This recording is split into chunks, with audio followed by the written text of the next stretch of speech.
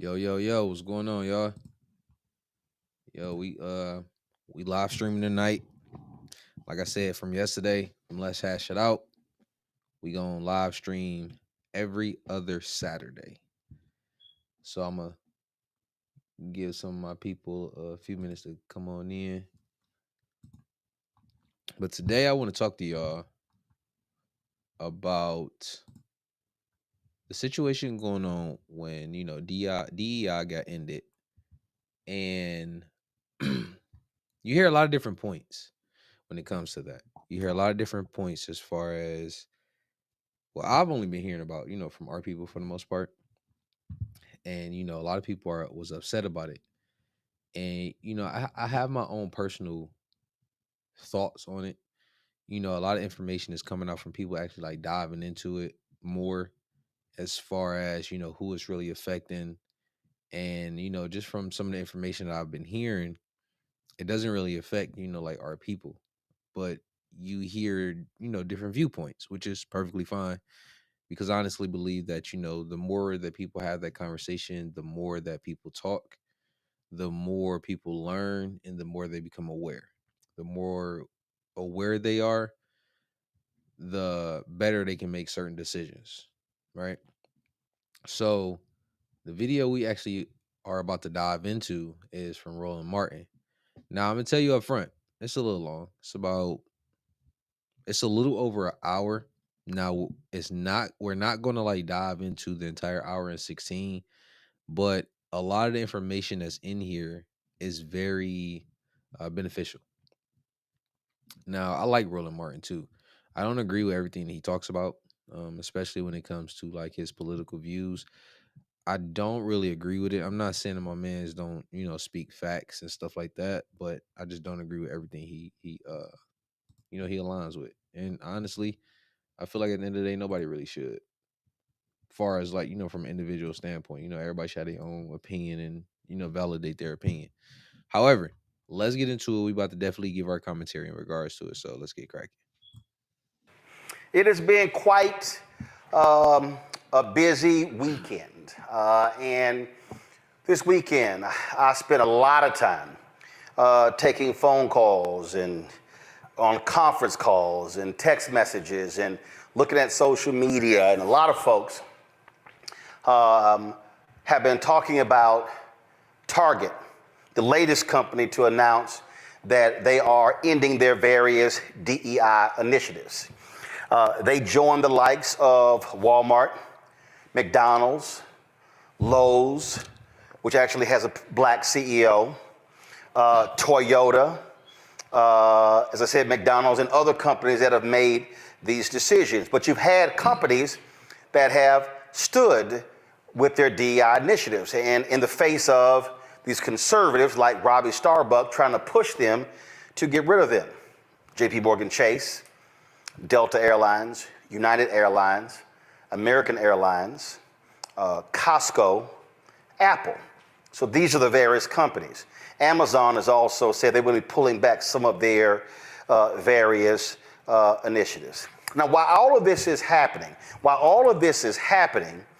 African Americans have been responding by saying, what the hell? What's going on? Then, of course, on the federal level, you've got Donald Trump, who is ordering all the federal agencies to get rid of DEI. And so they have made this the linchpin of their week one strategy, and you've seen this happen. You had folks, the Air Force, who decided to pull the teaching of the Tuskegee Airmen, and so the conservatives, in their effort to say, oh no, that's not what we meant, so they said, oh no, let's bring that back as if we're going to give you some credit for that. So as a result, this organization called Strike for All, they announced that a boycott of Target beginning February 1st. And so you've seen the social media posts they have been loading, talking about boycott Target. And as a result, people have been saying that's right, that's the move, that's the way to go, that's what we need to do.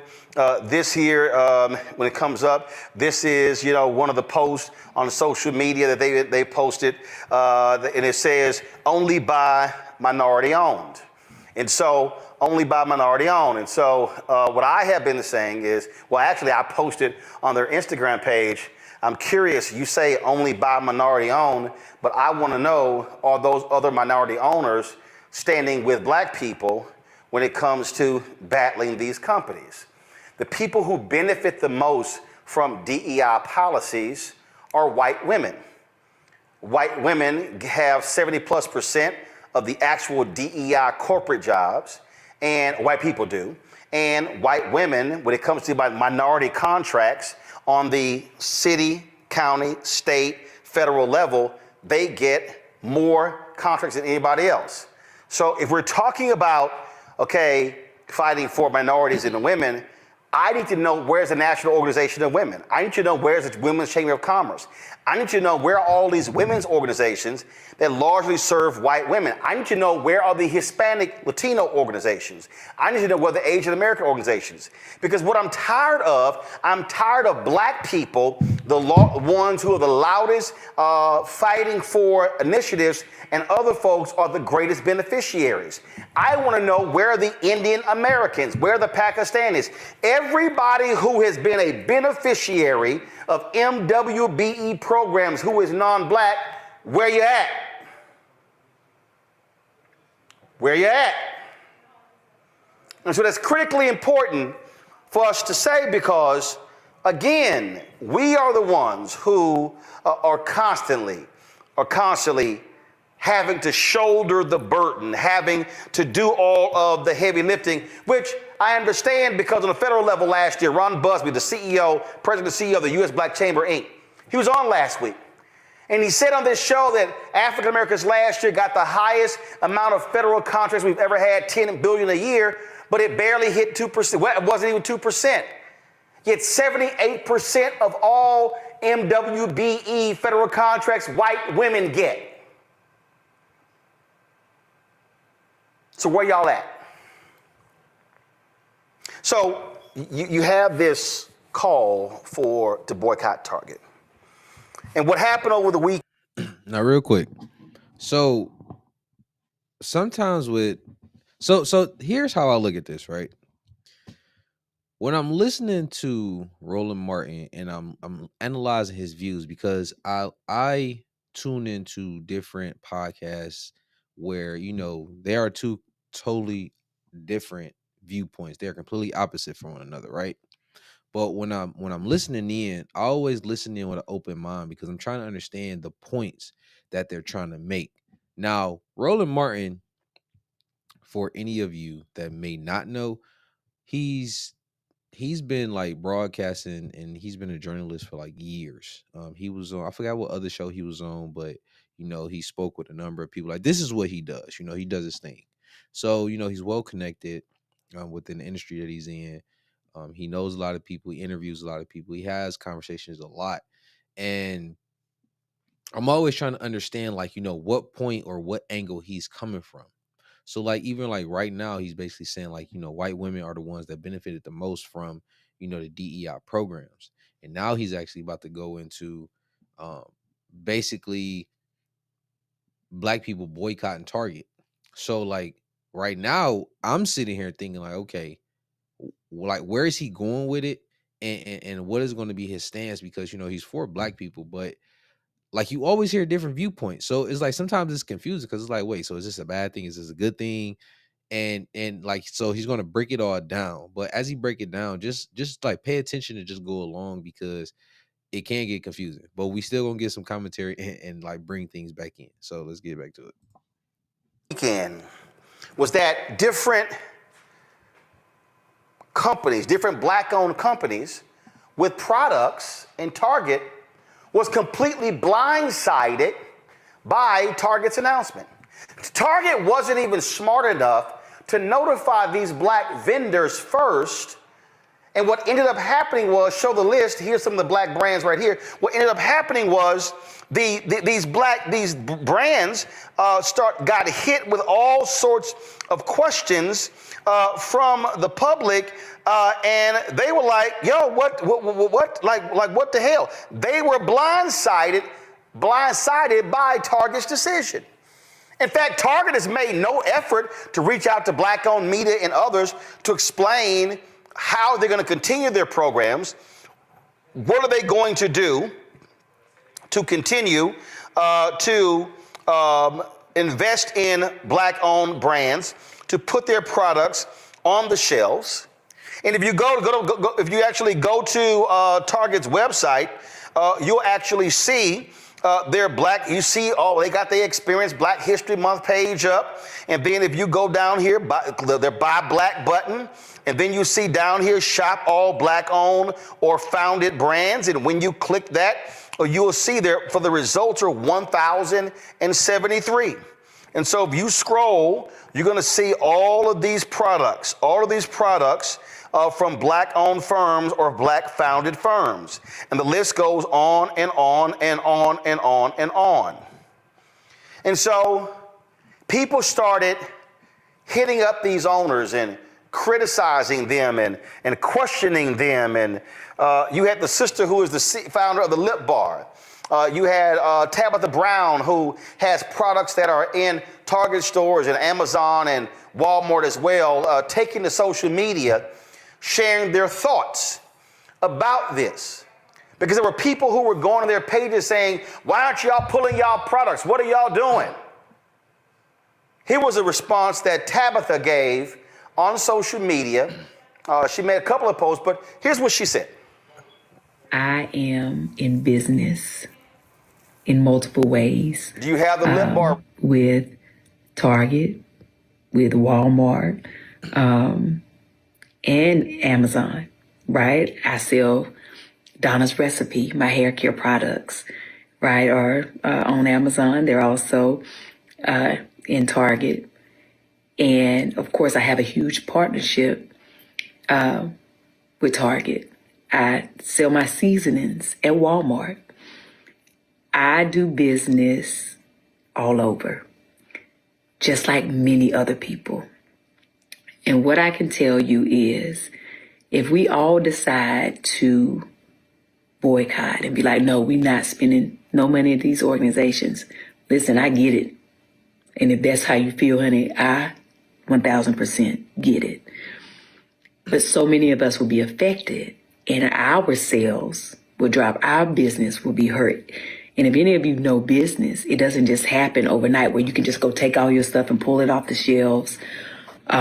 There's a process. And then you got to, like, where you going to put it? You got to have a place to store it. That's money, right? You got to have another place to sell it, which is almost impossible sometimes. And even if you sell online, it's a process when it comes to business. And everyone does not have the funds or the means or the availability, the space to house their own products, right? But the thing that concerns me the most, and I want you to hear me and hear me well, if we all decide to stop supporting said businesses and say, you know, I can't buy nothing from there, even the businesses who were affected by the DEI ban, right? What that does is you take all our sales and they dwindle down. And then those companies get to say, oh, your products are not performing. And they can remove them from the shelves and then put their preferred businesses on the shelves. And then what happens to all the businesses who've worked so hard to get where they are? Then what happens, right? Now, I know that something that could solve it is ownership of these big corporations, right? It's a long way to go there.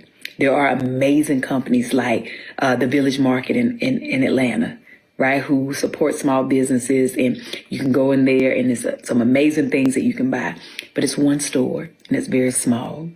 We're talking about mass market. You can't build that overnight. She said we're talking about. See, all right. So just real quick, because I understand exactly where she's coming from. So one thing that everybody has to understand when it comes to business, right? And this is something I've learned, over time. When it comes to us as black people, right? When we're so focused, like when something happens and we become reactive, we always are moving off emotions. And that's one thing where it's like that never has it has never gotten us anywhere, because there's never any strategy, and there's never like a full plan to where it's like, okay, listen, we may be feeling this type of way right now, and because of what this company may have done, or something that went on within our economy or our country in general. But when you think about it, how many times has people got emotional, done something, and actually stuck with it and seen it all the way through to the betterment of the people overall? It's always they get emotional, they do something drastic, it may be an uprise for a hot second, and then it goes away. And if you really think about it, like us as a people, bro, we have a significant impact when it comes to the things that go on in our country, bro. And just understand what I'm saying. We're only about 16% of the population, right? Or I think it's like 13 or something like that. However, we have a tremendous spending power. But yet, we don't spend money with our own people in large. So basically, the people that are attempting to conduct business and that's looking to get in here and like just do business in general, they're going to be the ones that's hurt by a lot of the choices that we make. Because if people see us making drastic decisions and it affects our own community, and then the large companies, right? Like let's use Target just for example. As the lady said, if we was to boycott Target in large, those black businesses will actually now be hurt. Now, I'm not saying to not, what I'm saying, like it would be a bad thing to do it. No. But it's like you just got to think like, okay, if we already have black businesses integrated into that system, but we don't want to support that system specifically, we still want to support the businesses, but not that system. Well, okay, how about we simply go in to the individual companies, black businesses, and buy directly from them? But see, here's the thing, and here's the thing that I definitely know about our people. A lot of times it's a convenience factor, because we can simply go to Target, the product is already there, we can purchase it, and then we can go ahead and leave. A lot of people are not going to spend the time to actually go find these companies, um, and purchase from the actual company itself, and then receive the product, and then continuously to support the company. A lot of people are not going to do that. So it's kind of like, before making a drastic decision, or just be like, oh, let's do this because you get emotional, it's like you really need to take a step back and just think about what's going on for a second, and actually see like, okay, if we do this, what is going to be the overall outcome? Because if the overall outcome is just, oh, we're just going to do this just so the company can suffer, it's like, I get it, but suffer to do what? Is it like suffer to put some respect on us, and then we need something, what I'm saying, like a seat at the table almost, like we need y'all to do this, this, and this? Or is it just like, no, I just want you to suffer, just suffer? Because it's kind of like okay, well, let's say hypothetically, if that was the case, and they went and you went that route, and it was like, you know what? It's all right, because we still got a large market share over here. So we're just going to pivot the company and move to over here because we really don't need you anyway. Then what would you do? It's like we have to be strategic in these type of situations. But let's get back to this. About mass market, you can't build that overnight. Tabitha's absolutely, Tabitha's absolutely correct. And as I said, Melissa with the lip bar, she has posted a number of videos on her Instagram page, and she's posted the latest one, talks about selling out. So I want to deal with these black firms first. And I want to try to be as nice about this as I can. If you are on social media and you are calling black-owned companies with products on Target shelves, and you're calling them sellouts and Uncle Toms, and you're questioning why they are not pulling their products, you should shut the hell up. And the reason you should shut the hell up, Big facts. because you don't know a damn thing about business. Big facts. Folks, I need y'all to understand something. There are contracts. If they make various decisions, they could be in breach of contract, which Lawsuit. means they get sued. Yep. They can incur legal expenses. Yep. Well, people also don't understand, especially people who have never been in business, who don't know what an EIN is, who have no idea what I'm talking about. What you don't realize is that when you own a business and you begin to place your products, they might start it in 10, 20 stores. Well, they might come back and say, we're not going to place your products in 2, 3, 4, 500 stores.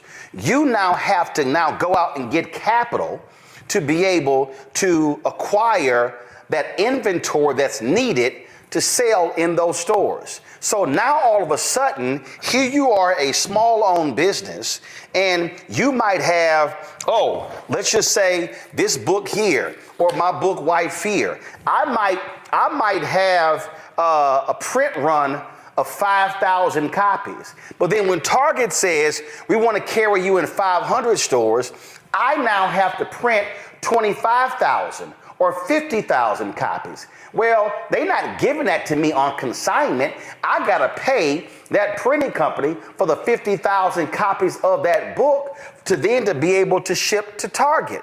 And so then I'm shipping the product from the printing company to Target, and I'm not actually putting it in my own warehouse. So if some folks say, well, you need to take your product off the shelves, as Tabitha said, where in the hell am I all of a sudden going to place 50,000 copies of a book? Or where am I going to place pots and pans and seasoning or hair care products?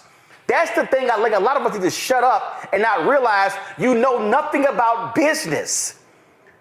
So stop making a demand of somebody when you do not understand their business circumstances, because there are people who literally have put their life savings into their companies, and they are now having to navigate this whole deal. And they are some folks may have taken out second mortgages. And so you're talking about literal bankruptcy, losing it all if they make a rash decision. Whew. Listen, Roland cooking right now. That's all I'm gonna tell you. He's cooking because he's spitting nothing but straight facts.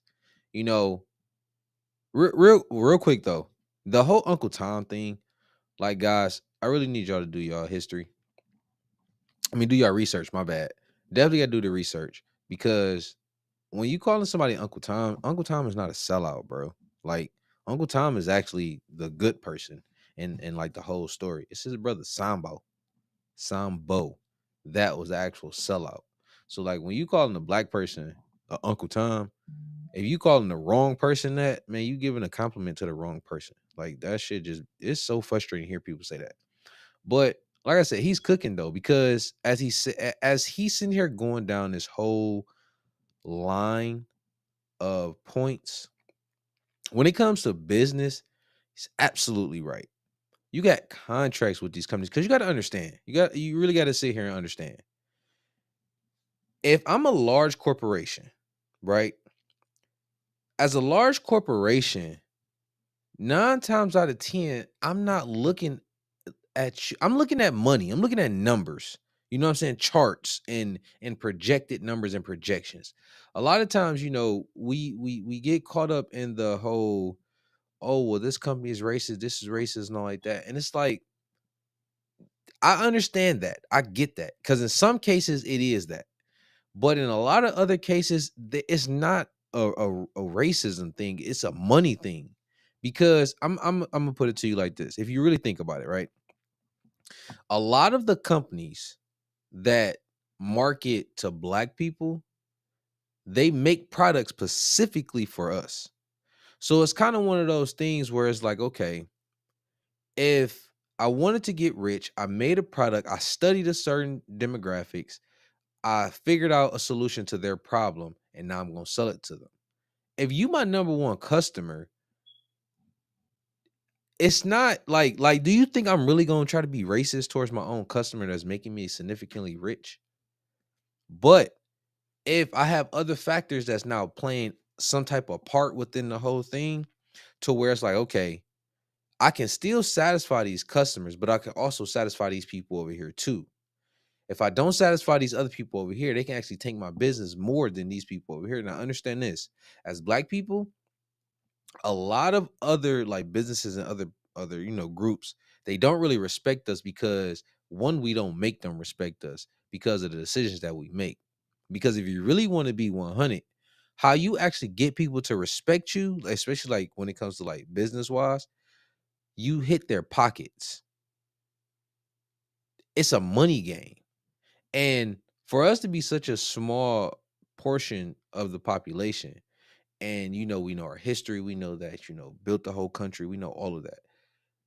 Some of you may not know that like we have a significant spending power when it comes to the amount of money that we spend as a small, minority group in America. So I think it was back in like 2019. I'm gonna look the numbers up again and see what the current numbers are if they got the information. But I think like our spending power was like 1.4 trillion dollars, and it was said that just our small population in America, if we was our own country, we'd be like in the top 20 of the most richest countries in the world. Just our little 13 to 16% population in America.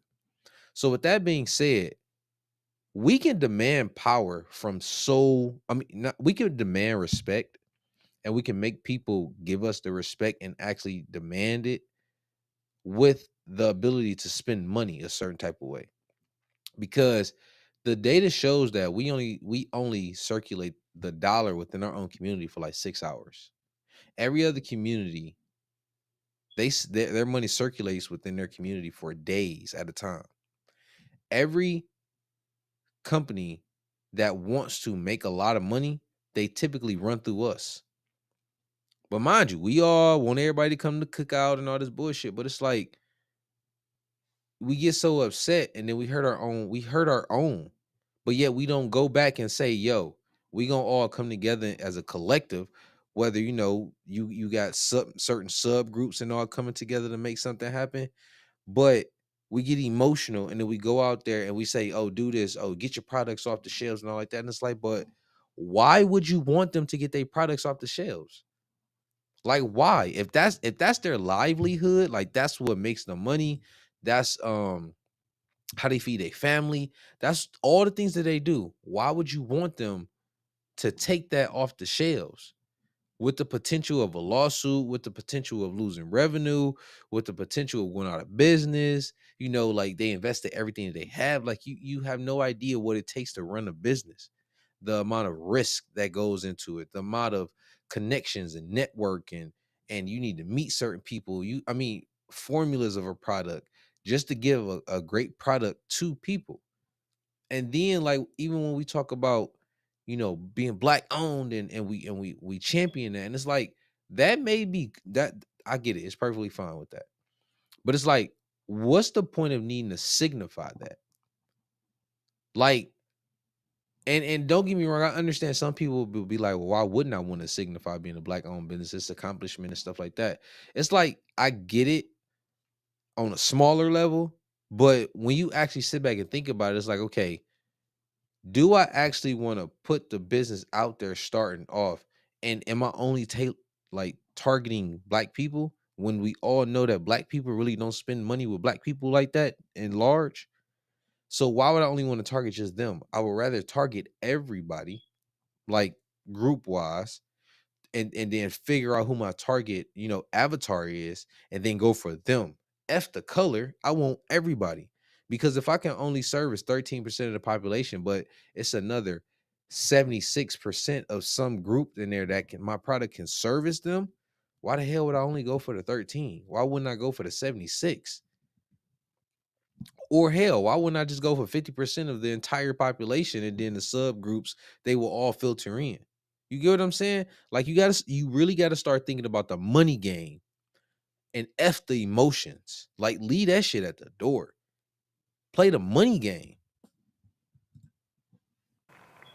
So that's important for us to state, because I've just heard too much ridiculous stuff about what a black business owner should do with their products if folk are talking about an economic boycott. So let me now move on to the next thing. Anybody who has watched this show, you have heard me often refer to Dr. King's sermon, April 3rd, 1968, at Mason Temple in Memphis. You've heard me talk about economic withdrawal. You've heard me talk about when MLK said in that sermon how we are collectively or individually poor, but collectively wealthy, and how we need to be operating as a collective when it comes to trying to change the economics of our situation. You've heard me quote him in that sermon when he says, we don't have to throw one Molotov cocktail. We don't have to yell and curse anybody out. He said, what we must do is practice economic withdrawal. Companies that don't do business with us, that don't hire us, we don't do business with them. In the exact same speech, he also said to black people on that rainy, stormy night in Memphis, how we must be supporting black institutions. He mentions buying from black insurance companies. He mentions how SCLC opened a bank account with a black bank there in Memphis. He talked about how we must be doing a bank-in, a buy-in for black-owned businesses. He literally says it in the sermon. See, part of the problem is most black folk have allowed white folk to frame for us who Dr. King was and is. And so therefore, when we talk about his mountaintop speech, all we talk about are the bottom 2 minutes of that speech and not the other 41 minutes and 16 seconds of the speech. That's why most folks listening right now have no idea what I'm talking about, because you don't even realize that that's what he actually said in that sermon. Because at one point he even references Jesse Jackson. He said, Jesse, what do you call it? Economic. He said, redistribute the pain. He said, so far, the black sanitation workers, they're the ones who have been enduring the pain. Now, if we do an economic withdrawal, we must now redistribute the pain. For all y'all who keep acting like Dr. King wasn't a radical, go listen and read that speech.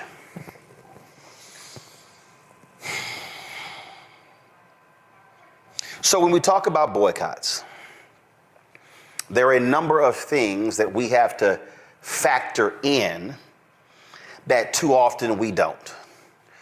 One of the things that you heard me say before on this show is that folk immediately yell, boycott!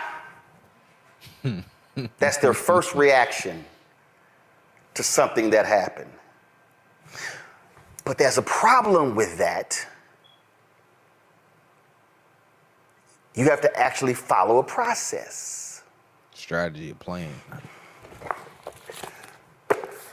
I think I probably sold more copies of this book than the author, Martin Depp, who's still alive. I was texting him last night.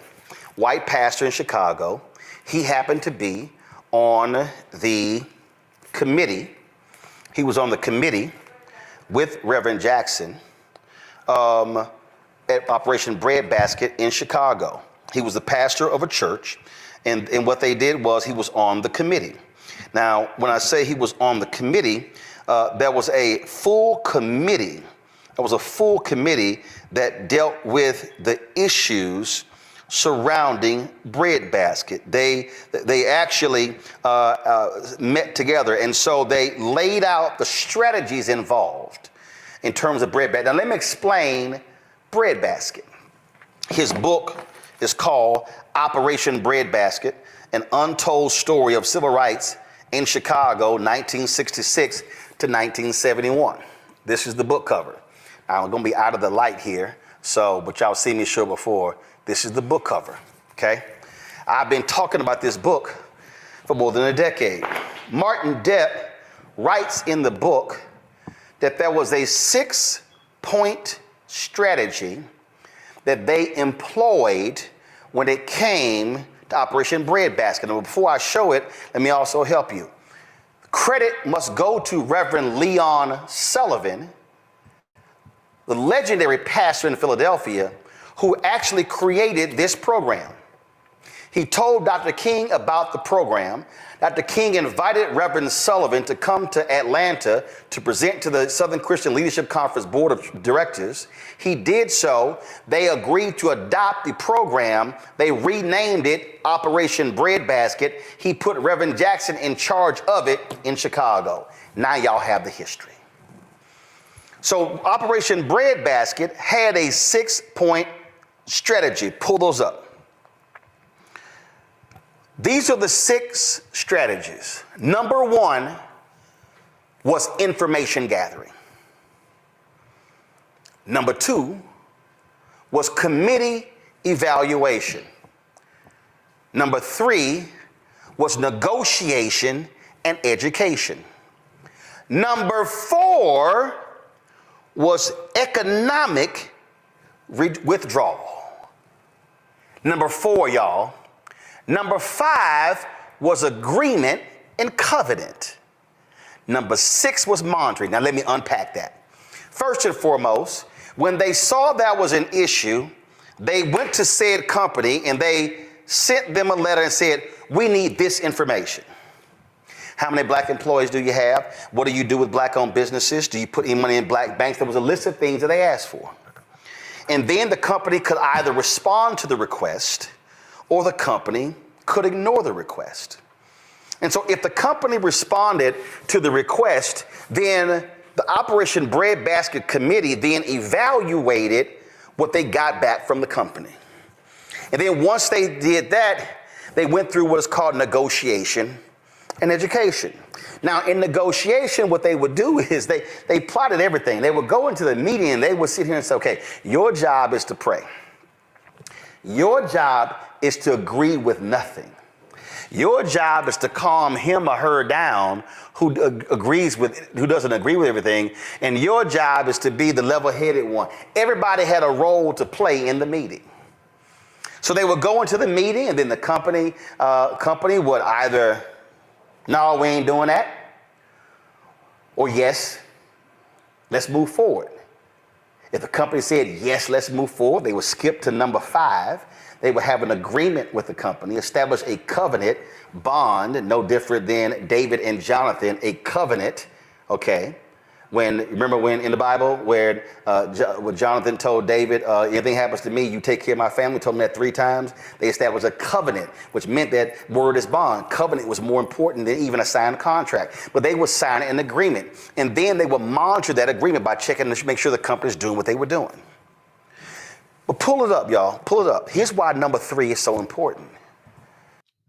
Before we even move on, right? Because like I say, man, he cooking. Like, it's so crazy because hearing that, right? I'm always fascinated to hear things from the past. And it's like with our community, bro. I mean, granted, a number of events has happened. However, it seems like a lot of our like intelligence was like from like the 60s when it was not just the 60s, but 60s and before, when a lot of the issues were going on.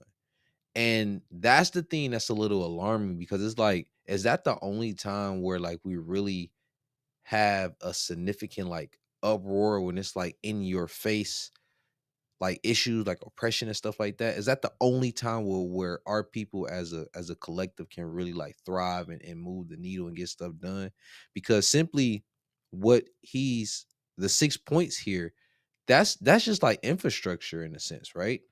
It's like you gather the information because the way that is being broken down, I think about these things like almost on a daily basis. Like, okay, what can we do as a collective to get things done? And it's like at the end of the day, everybody has a job.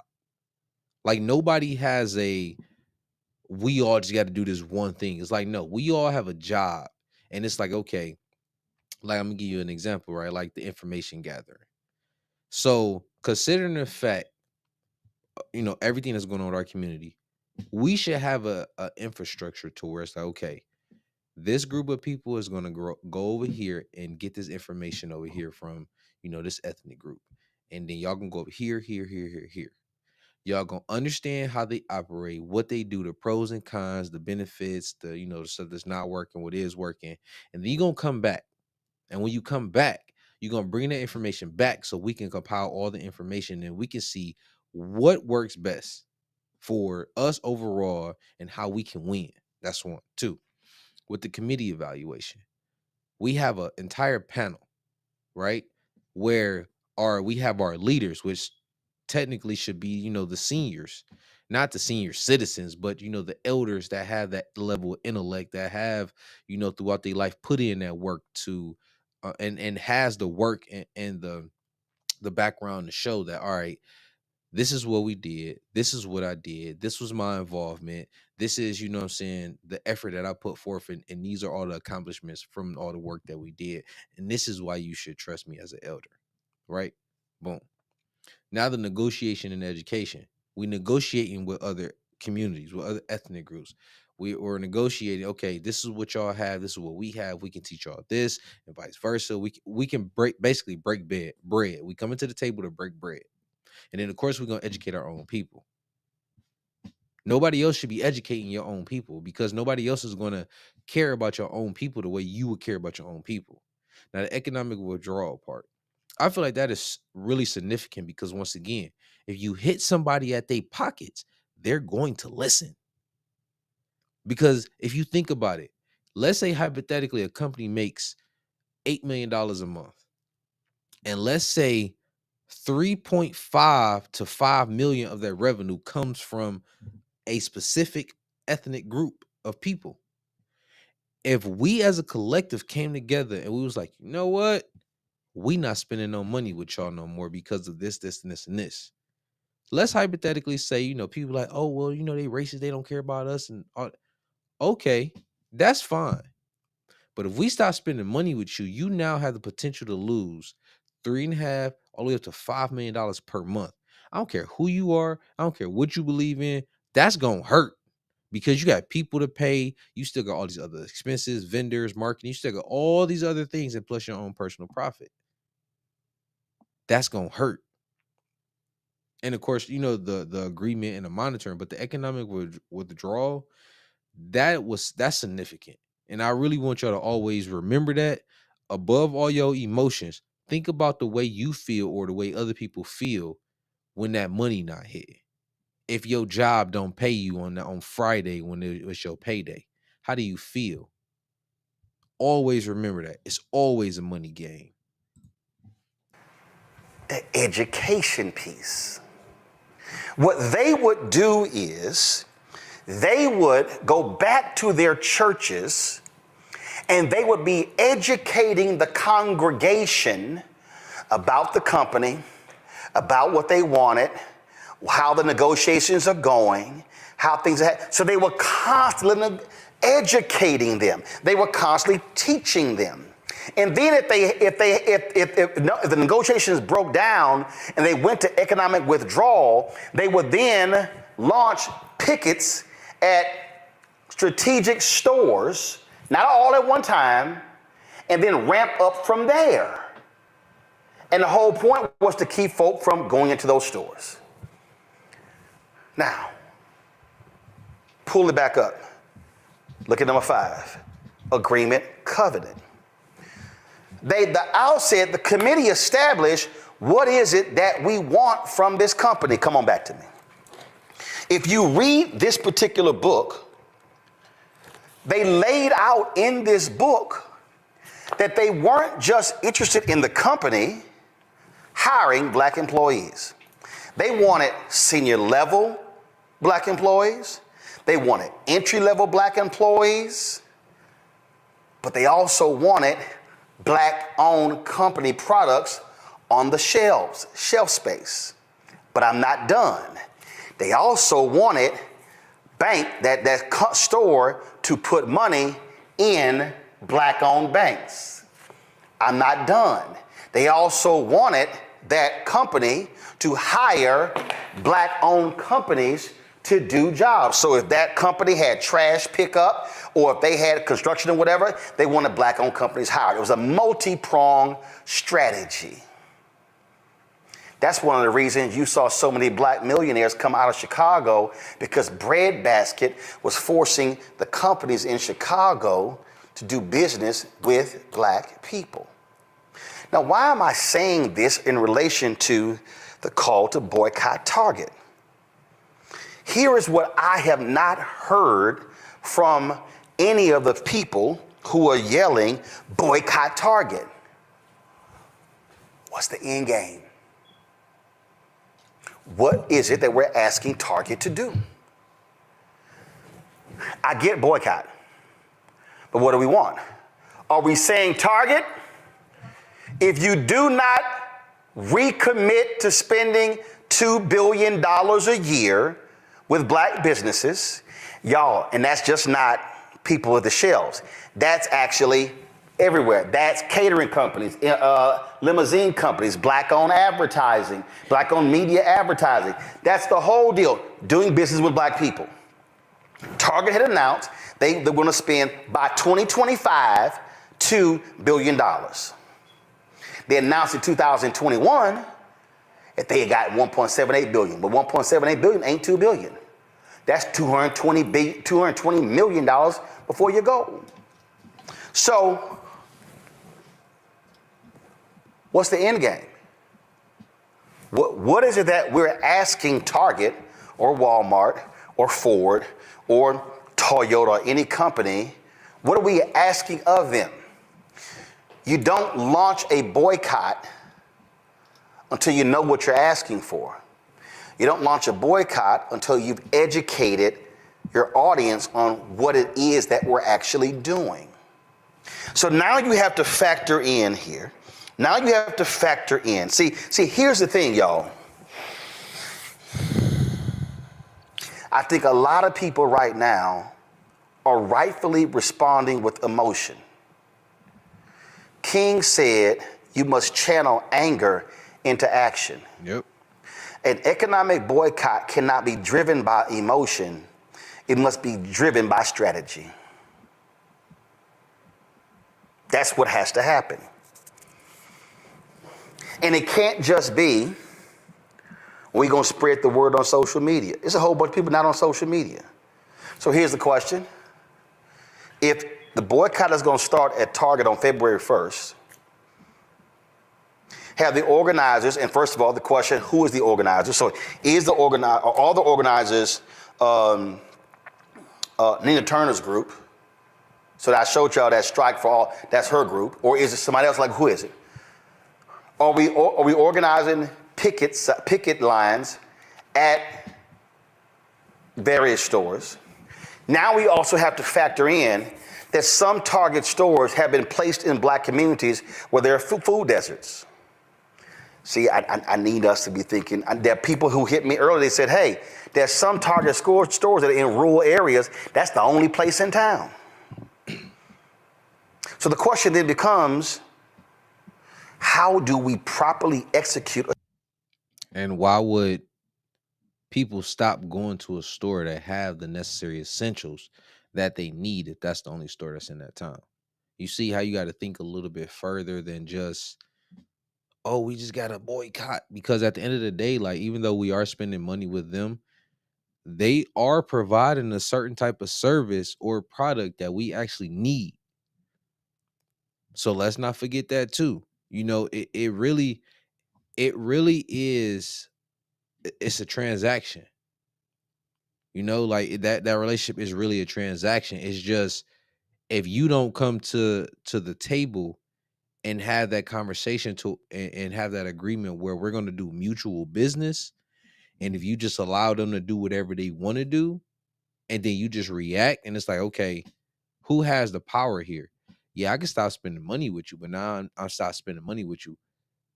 How is it gonna affect me? Is it gonna hurt me in a negative way? Because now I can't get the necessary resources or the necessary products and services that I actually need in order to keep moving forward to try to make a point. Then it's like, okay, well, are you utilizing anything else around? Are you building any other type of infrastructure? Like what are we doing as a whole? A strategy. Now, here's the deal, and I'll pull this up here. Target, just so we understand something, you got to understand money. Go to the tablet, Roland. Right now, Go to this iPad. I'm going to pull this up for y'all. That's what he always say. Go to my iPad. This is understanding money. Target's stock price today closed at $142.50. Target's stock price was up 3.34% today. Come back. There's another figure that is important that you need to understand when you talk about corporations. That's the stock price. But then you have something called what is the market cap. This is Target's market cap, $65.3 billion. So Target's stock price is $142.50 as of today, and Target's stock price is $65.3 billion. It's market cap.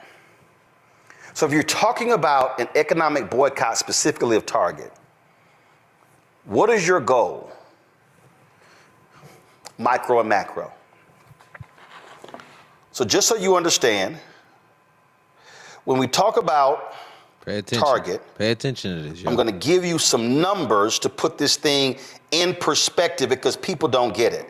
And I was communicating with several people. I was communicating with accountants. People were sending me data I'm trying to find.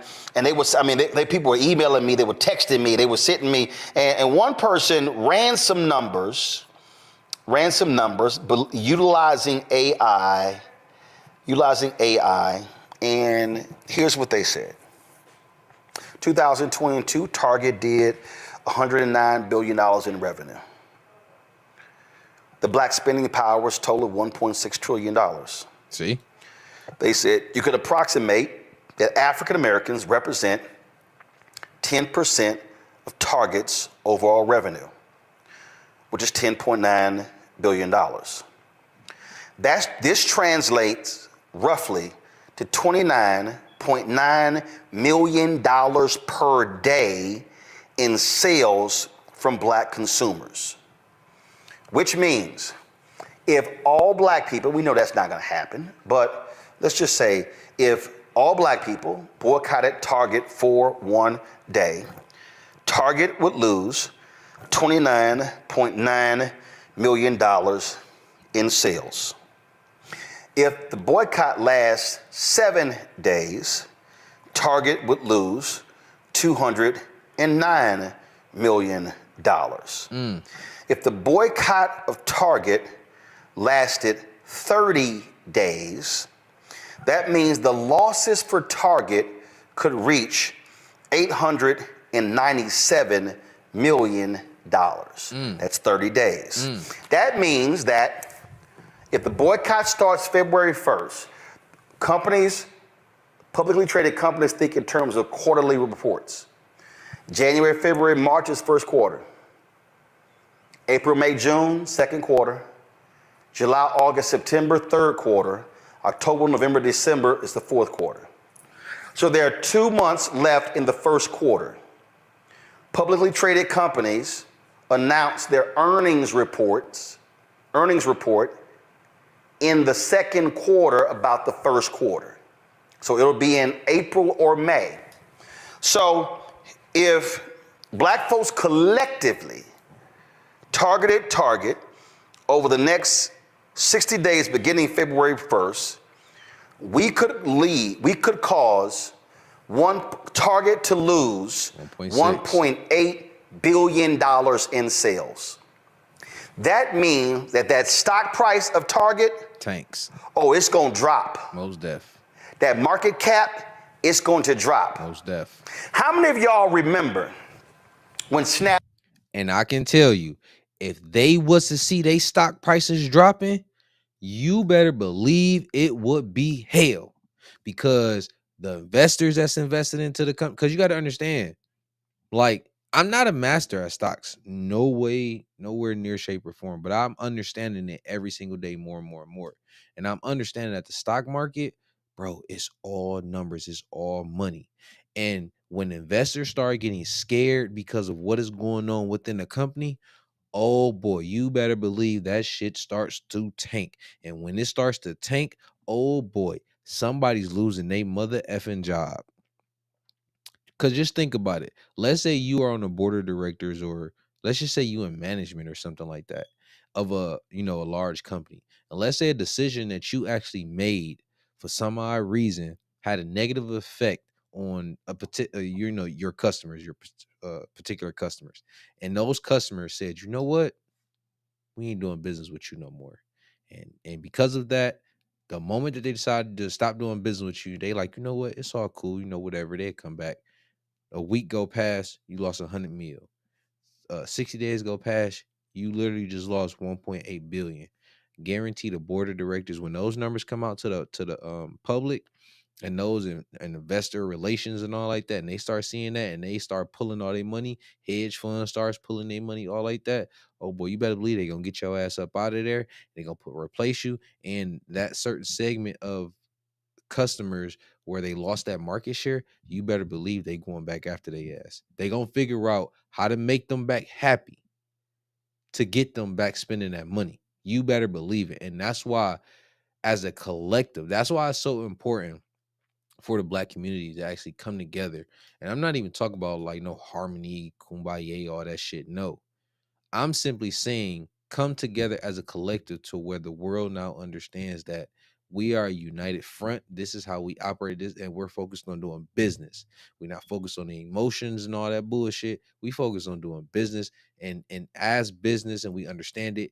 We come into the table, y'all motherfuckers is gonna respect us, and we gonna demand that shit. Because if you don't, we gonna hurt them pockets. Snapchat. When Snapchat changed their design. Do y'all remember that? Y'all remember when Snapchat did that? Well, a lot of folk forgot how influencers can change the game. Well, I never forgot that. Go to my iPad. Go to my iPad. Rihanna went on social media and she ripped the changes made to Snapchat, which caused Snapchat to lose $800 million in its stock price. Rihanna, by herself, the singer posted a statement on Instagram eviscerating the app for making light of domestic violence. Y'all, the value of Snapchat went down by $800 million after Rihanna did that. So what then happens? Real quick, what I just say? You go out to their pockets, they gonna start to do something. Watch what they end up doing. And I ain't even see this part yet, but watch what they end up doing, because I know it's something crazy. If black folks have a sustained boycott of Target that's ramped up, we could potentially cause Target to lose $500 million to almost $2 billion. And let me tell y'all something. If a company does $10 billion a year in revenue and they lose $1.8 billion, Oh, they pissed. oh, I can guarantee you there will be changes. Ain't no company trying to lose that. Now, here's what's crazy. The reason these companies are ending their DEI strategies because white conservatives have been threatening them with economic boycotts. See? Robbie Starbuck, go on social media. He's been I'm gonna expose these companies for their woke policies, and these companies are freaking out. Target is freaking out because when the evangelicals, when the hard right-wing conservatives went after them for their LGBTQ displays, guess what that did? That caused Target's stock price to go down. It caused their market cap to go down. So Target is sitting here saying, we're going to cave to these anti-DEI folks because y'all ain't gonna do nothing. And because they playing the money game. They already understand it's all about the money. It's not about your emotions and all that bullshit. It's the money game, bro. And I already know the dude that he talking about. My man's on X. I think he one of them racist dudes or whatever. But he basically said, yo, I'm gonna tell all my followers. I think how many did he have? I think he had like 100,000+. My man's had a following. And he said he was gonna go to his following and he was gonna tell all his followers about what was going on and to stop spending money with him. And guess what they did? They actually had a whole press conference and all like that, and they addressed that situation. They talked about him for a hot second and everything. And it's like, bro, that's power. That's some significant power where it's like, yo, if y'all don't do this, we gonna hit them pockets. So y'all motherfuckers definitely about to do this, or else y'all already know what type of time it is. And guess what they did? They did it. And as he just said, they did it because on the flip end, we know y'all motherfuckers ain't gonna do nothing. That don't upset you just a little bit. Like, wait a minute, y'all let them tell y'all what to do, even though we spend a lot of money with y'all. But because our people as a collective not gonna do shit, y'all just like, fuck y'all. Y'all still gonna spend money, whatever. We gonna listen to them over here though. It's offensive.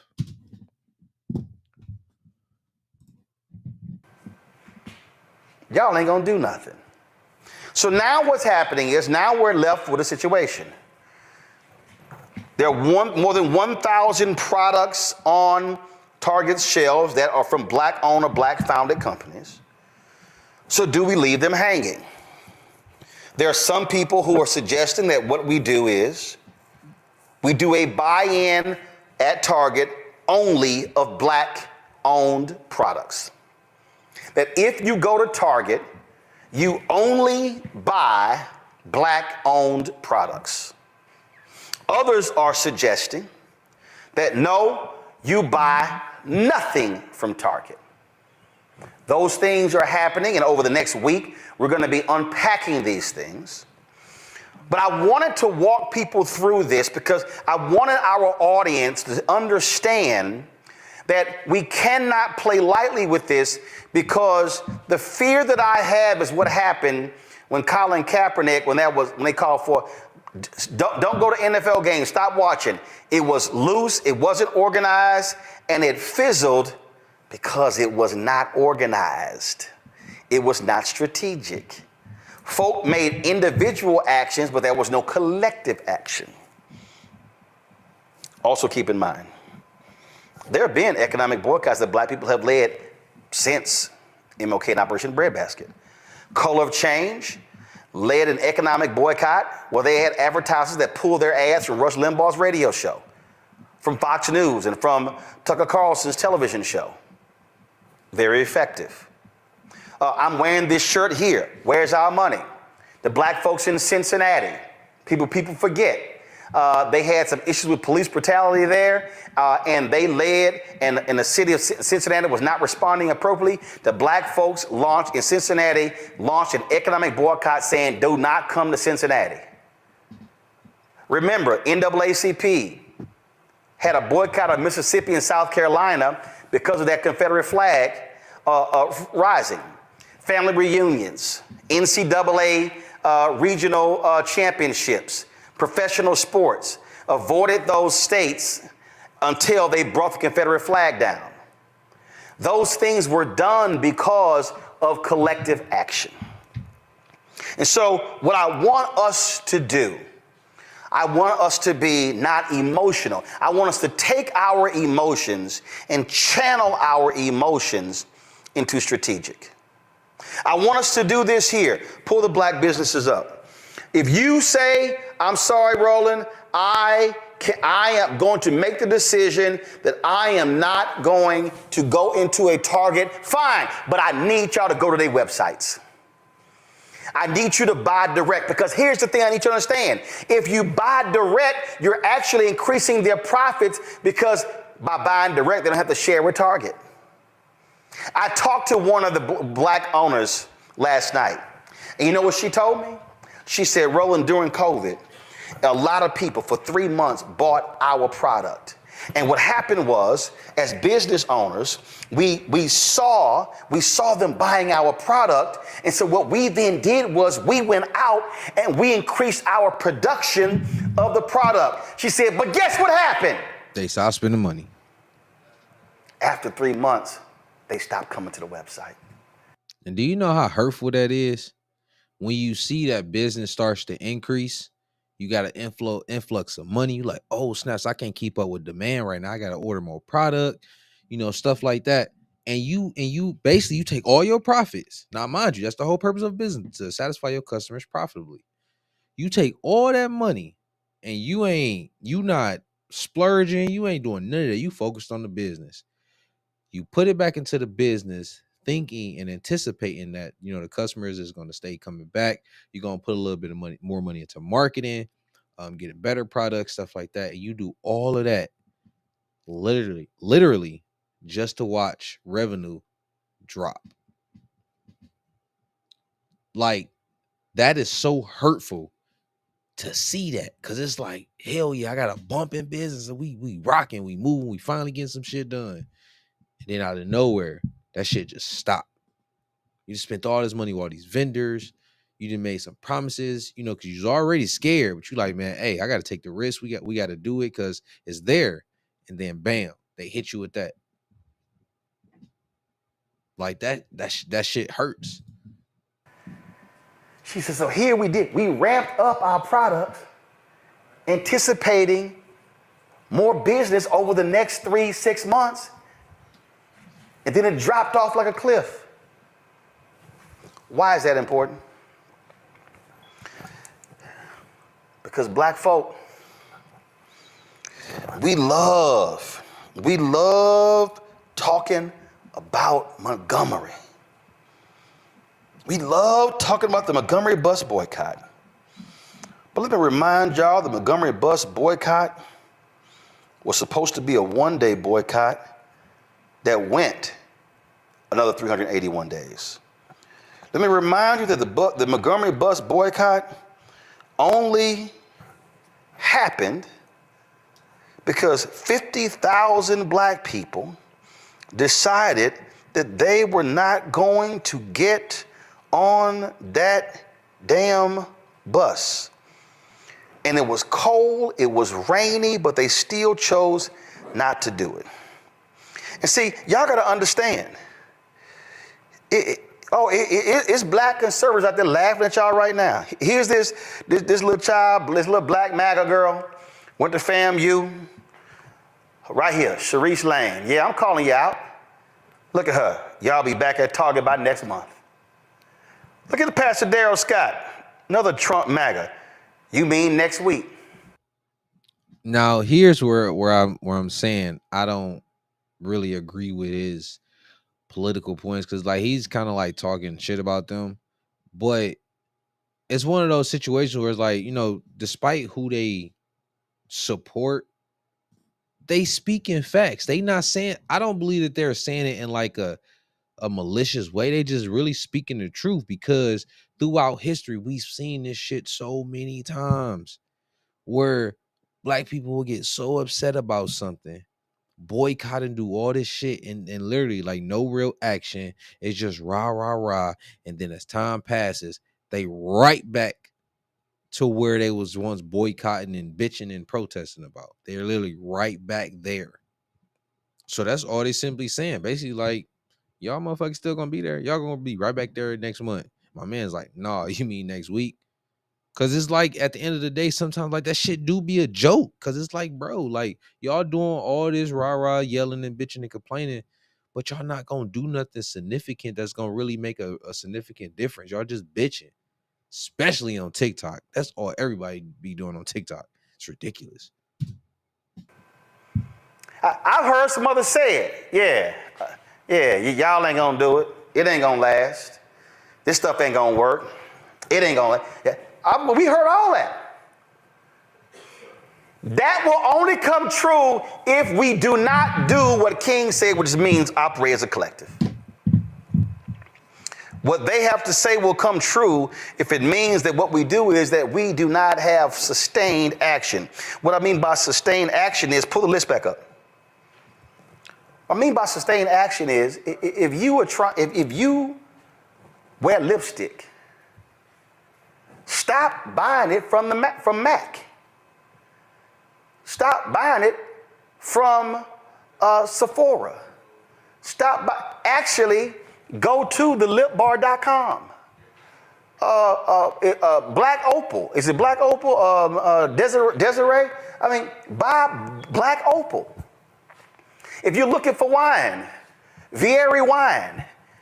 If you say, you know what, I want water, right there. Drink watermelon water. Honey Pot.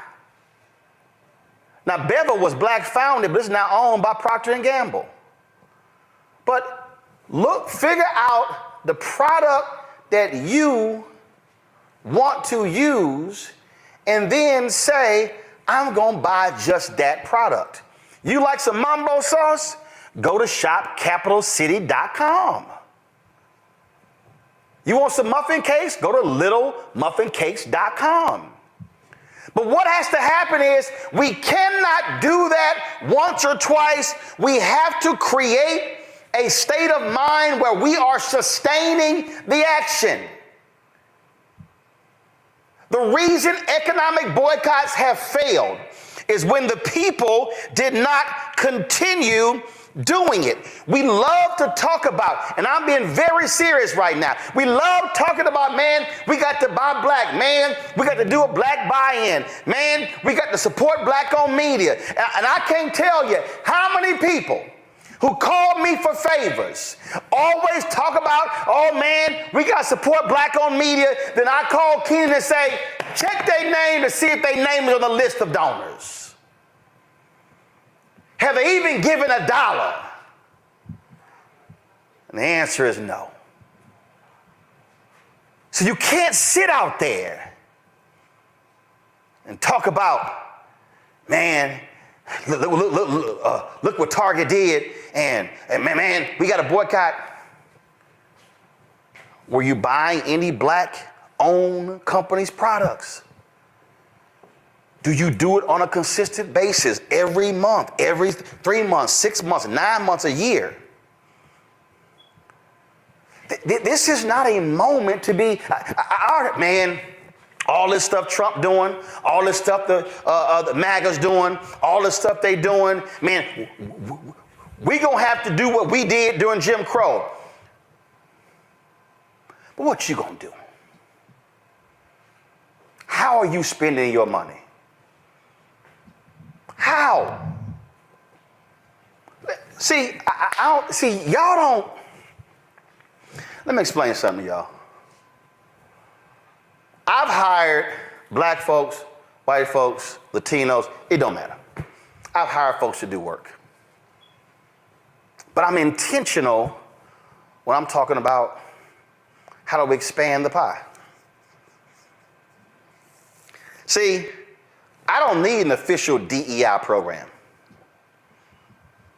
Because when you do the right thing, you do the right thing.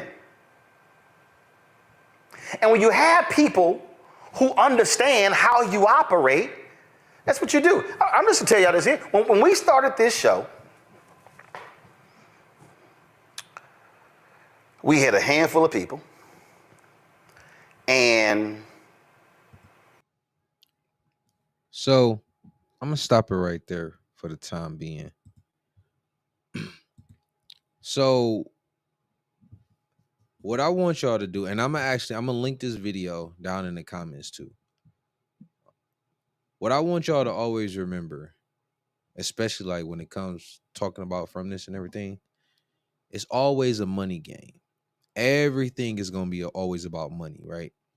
So when you see things going on in the media, I want y'all to just take a minute, a step back, and just look at it and analyze it. Are they trying to affect you and make you do something emotionally? And if they're trying to get you to move emotionally, that's when you got to stop. You got to just sit back and pay attention. What are they doing? Where are they trying to lead me to? And why are they trying to do it? And then after that, think about what will actually happen after the fact. Like, are they still going to be standing? What is the real point behind it? What effects is going to happen? And then make a decision from that point moving forward. Because literally all they're doing is playing on your emotions.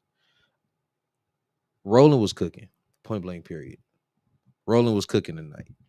And I need everybody to go watch that, tune into it, because it's still very informative, and it's always going to be gems that's just being dropped to where it adds to your level of intellect, and it informs you and educates you and just makes you an overall better person, especially when it comes to your decision making. So let me know what y'all think. I really want to hear your comments. I want to know what you think. I want to know how you feel. I want to know if you like, man, whatever. I'm still gonna go shop at Target and do me. Which is, I mean, if that's you, that's perfectly fine. Ain't no shade, ain't no harm, no foul. So make sure y'all also like for the algorithm. And if it's your second time or more being back here, make sure you hit that subscribe button. I'm gonna catch y'all later, man.